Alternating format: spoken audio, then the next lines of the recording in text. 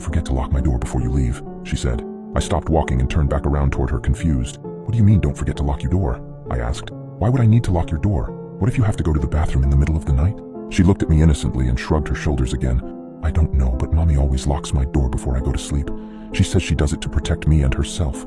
I don't remember what happens after I fall asleep, but Mommy says that I always try to leave my room at night, which is a bad thing." I looked at her dumbfounded. I didn't know what to say.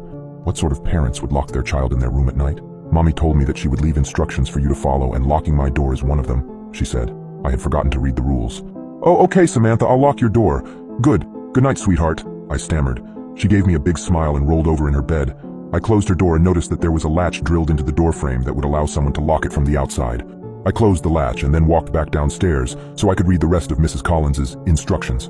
When I had first seen the pieces of paper, I was under the impression that they were just instructions that told me what shows Samantha is not allowed to watch or how to operate the surround sound.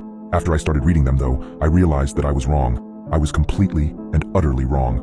I started reading "Hello, Annie. I'm so glad that you agreed to stay the night and babysit Samantha for us. She's such an angel, and I'm sure that the both of you will get along very well.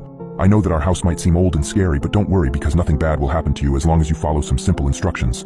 Firstly, Samantha needs to be in bed in her room with the door locked before 8 p.m. Do not open up her bedroom door after 8 p.m. I repeat, do not open Samantha's bedroom door after 8 p.m. She will try to convince you to open the door in many different ways. She will cry, scream, and threaten you until you give in, but do not listen to her. She can't hurt you as long as the door is closed." At this point I was confused. Why would I leave her locked in there if she was screaming and crying to let her out? Something horribly wrong was going on here, but I continued reading. "Between 8:30 and 9:30 p.m., make sure you remain in the living room with the lights turned on. Around this time of night you may hear scratching and growling coming from Samantha's room or from other parts of the house. These noises are nothing to worry about as long as you stay in the living room. Watch some TV to pass the time. We have a lot of movies to choose from. After 9:30, do not venture into any dark areas of the house. I would recommend that you turn on as many lights as you can before 9:30 so that you don't accidentally trap yourself. You might also happen to see a pair of yellow cat eyes looking at you through the darkness every once in a while. Do not stare at them for more than 30 seconds. These rules were getting more effed up by the second. I started sweating, my body feeling glued to the floor as I read over the strict but extremely terrifying rules that were put in place. Why had I agreed to take this job? At around 10 p.m., it might begin to sound like there are several people walking around in the basement downstairs. Do not worry, because as long as you stay out of the basement, they cannot get to you. I know it sounds unlikely, but around this time you will begin to feel an overwhelming urge to walk down into the basement.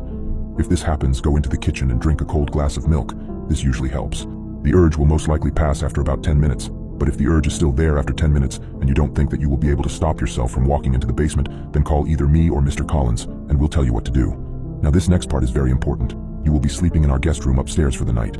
Before you go to bed,